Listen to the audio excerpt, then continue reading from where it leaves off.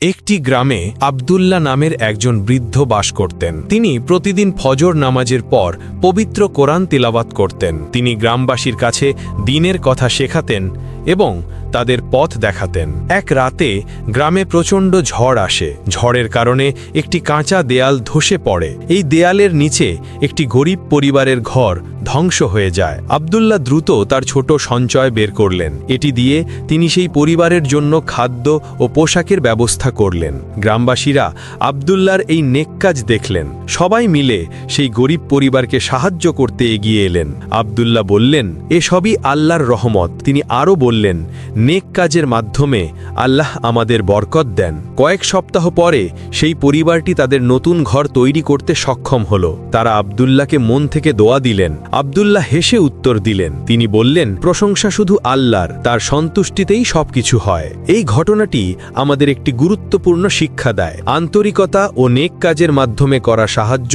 কখনো বিফলে যায় না। আল্লাহ তাআলা প্রতিটি নেক কাজের প্রতিদান অবশ্যই দেন।